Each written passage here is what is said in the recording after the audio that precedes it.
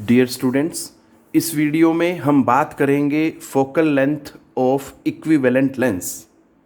बेटा इसका क्या मतलब है? बेसिकली मैंने एक वीडियो बनाई थी कम्बिनेशन ऑफ लेंसेज पे बेटा। उसमें हमने देखा था कि sometimes we come across a situation जिसमें हमें कई तरह के लेंसेज को एक साथ लेना पड़ता है। मतलब हमें क्या करना पड़ता है, जैसे कि दो कन्वेक्स लेंसेज को साथ ले लिया, दो कनकेव लेंसेज को साथ ले लिया, एक कन्वेक्स लेंस को साथ ले लिया, उसके साथ हमने ले लिया कनकेव लेंस। क्लियर? ये सिर्फ दो लेंसेज तक ही लिमिटेड नहीं है, we can have number of lenses. अब होता क्या है, वो सभी लेंसेज मिलके एक लेंस की तरह बिहेव करते हैं। उन सभी लेंसेज की फोकल लेंथ मिलके इफ़ेक्टिवली हमें एक नई फोकल लेंथ देती है, जिससे हमें पता लगता है कि वो जो सिस्टम ऑफ लेंसेज है एक सिंगल लेंस की तरह बिहेव कर रहा है।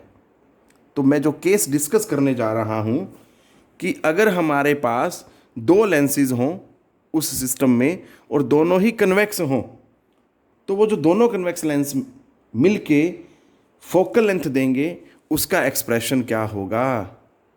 तभी देखो जरा टॉपिक पढ़े अगर आप, focal length of equivalent lens. और केस क्या ले रहा हूं मैं, जब दोनों लेंस क्या हो, कन्वेक्स हो। तो ये चीज़ ध्यान से देखनी है बेटा। तो मैं स्टार्ट कर रहा हूं। In this we will be having two convex lens. So बेटा जी, हमारे पास यहाँ दो कन्वेक्स लेंस हैं। इसको L1 बोल दिया, इसको L2 बोल दिया बेटा। ठीक है। अब इसका अगर मैं पार्टीशन करूं सेंटर से, तो दैट इज दिस। ये आ गया मेरे पास ऑप्टिकल सेंटर फर्स्ट लेंस का बेटा। ठीक है जी। इसी तरह से अगर मैं सेकंड का पार्टीशन करूं, तो दैट इज दिस वन, और ये आ गया optical centre of second lens. ठीक है बेटा। हमने इमेजिन कर लिया कि यहाँ ऑब्जेक्ट रखा है O पॉइंट पे। सो ऑब्जेक्ट का यहाँ से जो डिस्टेंस हुआ C1 से, दैट इज U। क्लियर है? अब हमें पता है बेटा, ये दोनों लेंसेज मिलके एक नए लेंस की तरह काम करेंगे। उस नए लेंस की फोकल लेंथ कितनी होगी वो हमने निकालनी है बेटा। जिसमें हमने ऑब्जेक्ट को यहाँ रखा, दो लेंसेज लिए, having optical centres C1 and C2। In points को अभी देखो, अब क्या करना है मुझे, यहाँ से फर्स्ट रे जो एमिट होगी वो तो स्ट्रेट वे निकल जाएगी बेटा। हमें पता है कि ऑप्टिकल सेंटर से विदाउट डेविएशन स्ट्रेट वे निकल जाएगी रे, क्योंकि इमेज बनाने के लिए we require at least two rays. ठीक है। तो दूसरी रे हम एमिट कराएंगे ऑब्जेक्ट O से, जो लेंस L1 में जाके मिलेगी एट पॉइंट A। अब आप सोच रहे होंगे कि भैया इस पॉइंट से डेविएशन क्यों नहीं दिखाई। ठीक है। पहली चीज, हम थिन लेंसेज से डील कर रहे हैं बेटा। ठीक है। तो हम ये इमेजिन करके चलते हैं कि ये वाला और ये वाला हिस्सा, ये हाफ से इधर इधर, इसके हाफ से इधर इधर, ये एक ही मीडियम है, इसलिए यहाँ पे हम डेविएशन नहीं दिखा रहे। बट यही चीज़ अगर थिक लेंसेज होते तो हमें डेविएशन दिखानी पड़ती बेटा। क्लियर है? अब ये हुआ O से, ये पॉइंट है दैट इज A। मैं यहाँ लिख देता हूँ that is A point for this. Clear है? अब हमें करना क्या है, ये हुआ रेयर से डेंसर। अब क्योंकि यहाँ पे इसके बाद तो मीडियम चेंज हो रहा है ना बेटा, और ये दूसरा लेंस भी बहुत पास है, तो यहाँ से लेके यहाँ तक मैं सारा का सारा क्या कंसीडर करूँगा, दोनों हाफ्स के बीच में, that is the denser medium. ठीक है बेटा, सेम मटेरियल मान के चलूँगा मैं। क्लियर? तो अब रेयर से डेंसर जाएगा तो क्या होगा, it will be bending towards the normal. ये बेटा इस तरह से बेंड कर जाएगा। लो जी, और ये जो पॉइंट आया that is B point. Clear है? ध्यान से। अब करना क्या है, इफ वी इमेजिन कि भैया इस लेंस L2 में इस हाफ के बाद there is no change in medium, मतलब यही वाला मीडियम थ्रू आउट चल रहा है, इस वाले पार्ट में भी और इस वाले पार्ट में भी। तो क्या होगा बेटा, विदाउट एनी डेविएशन जो ये रे है, it will be moving like this, और यहाँ पे जाके क्या बन जाएगी, इमेज बन जाएगी, जिसको हमने क्या बोला है, I डैश। ठीक है बेटा। अब ये जो हुआ this is the image distance. अगर यहाँ से देख रहा हूँ, क्योंकि मैं देखो बेटा फर्स्ट लेंस के थ्रू ही देखा अभी, बेसिकली अगर देखा जाए तो फर्स्ट लेंस के थ्रू ही रिफ्रैक्शन पढ़ा है हमने, उसमें अभी सेकंड लेंस को डील नहीं किया है। क्यों बोल रहा हूँ ऐसा? क्योंकि देखो ये रे यहाँ से यहाँ गई तो यहाँ से बेंडिंग हुई है, क्लियर, फर्स्ट वाले लेंस से। सेकंड वाले में कोई बेंडिंग नहीं दिखाई गई है। क्यों? क्योंकि मैंने अभी अज्यूम किया है कि if there is no change in medium behind this half, इसके बाद कोई चेंज नहीं हो तो बेटा this is the image point, और यहाँ से इसका जो डिस्टेंस है वो v डैश मान लेते हैं हम, क्लियर है, क्योंकि इमेज है। बट ये जो इमेज बनी I dash, that is for object O after refraction through lens L1 sorry, that is I1 जो है that is the image formed of the object O after refraction through lens L1। ध्यान रखना बेटा, L2 नहीं है। तो अब अगर मैं इस चीज़ को देखूं और इसके सिचुएशन के अकॉर्डिंग मैं इक्वेशन लिखूं लेंस फॉर्मूला के लिए, तो क्या होता है बेटा, 1/v dash minus 1/u is equal to 1/f1। क्योंकि बेटा फर्स्ट लेंस है तो इसकी फोकल लेंथ मैंने क्या मान ली, f1 मान ली, और कन्वेक्स लेंस की क्योंकि फोकल लेंथ क्या होती है, पॉजिटिव होती है बेटा, ठीक है। अभी तक हम ये बोल सकते हैं, ठीक है, या मैं ये बोलूं कि इसमें हमने साइन कन्वेंशन इग्नोर करके चलना है, ऐसा भी बोल सकते हो। देखो ये v डैश जो है राइट में है, ठीक है, नो डाउट, यहाँ पे तो पॉजिटिव ही आना चाहिए था, पॉजिटिव लिया जा रहा है, बट जो ऑब्जेक्ट है that is at left, but हम क्या ले रहे हैं, उसको पॉजिटिव ही ले रहे हैं। तो ये चीज़ ध्यान रखें, इसमें साइन कन्वेंशन को फॉलो नहीं करना है, we just have to put symbols. अब बात करते हैं रियलिटी की, असली में क्या है, बट असली में क्या है, देखो पहले बी आई डैश कब आया, जब हमने इमेजिन किया कि इस हाफ के बाद there is no change in medium, तो रे ए से बी से होते हुए आई डैश पे जाके मिल गई। आई डैश जो था इमेज पॉइंट था, बट रियलिटी में क्या है, there is change in medium, there is this medium, ठीक है बेटा, क्लियर। तो ये और ये, क्योंकि मैंने अभी बताया जैसा हमने यहाँ और यहाँ सेम मीडियम माना, इस हाफ से इधर इधर, इसी तरह से इस हाफ से इधर राइट साइड में ये और ये सेम मीडियम मानेंगे, और ये क्या है, रेयर मीडियम है, क्लियर है बेटा। ये सारा ए से बी जो है डेंसर मीडियम, और बी के बाद सारा जो है rare medium. So denser to rare away from normal होता है।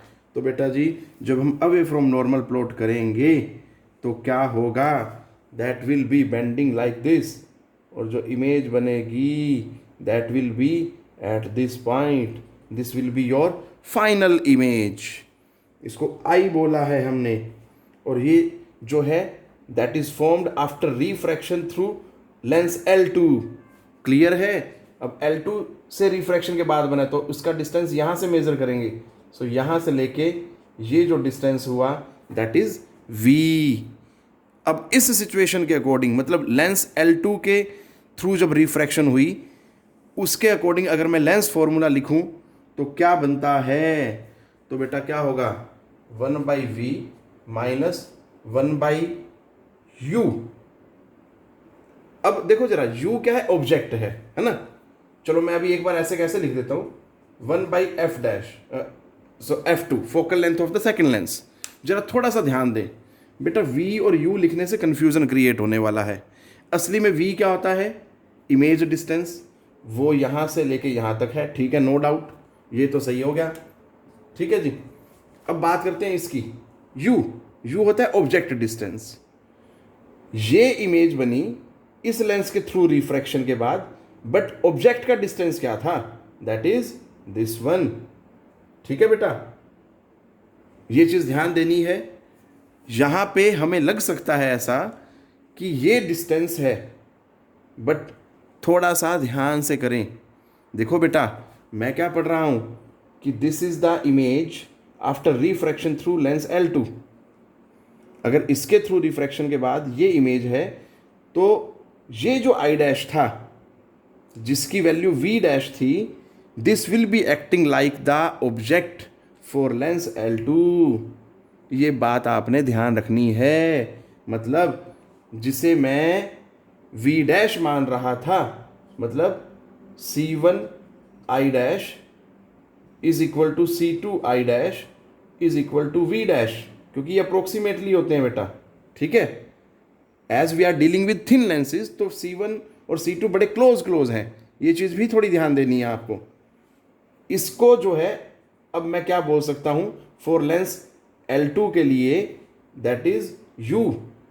तो इस फॉर्मूला में जहाँ पे U है बेसिकली वहाँ पे क्या आएगा, V डैश आएगा, क्योंकि लेंस L2 के लिए जो U का काम कर रहा है, ऑब्जेक्ट डिस्टेंस का काम कर रहा है, that is V dash basically. तो ये क्या बन जाएगा, यही सेकंड इक्वेशन क्या बन जाएगी, 1/V minus 1/V dash is equal to 1/F2। लो जी, साइन कन्वेंशन फॉलो ही नहीं कर रहे, मैंने ऑलरेडी बता दिया है इस वीडियो में आपको। क्लियर? सो ये equation 1 I, this is after refraction through lens L1 and this one is after refraction through lens L2। ये चीज़ें याद रखनी है बेटा।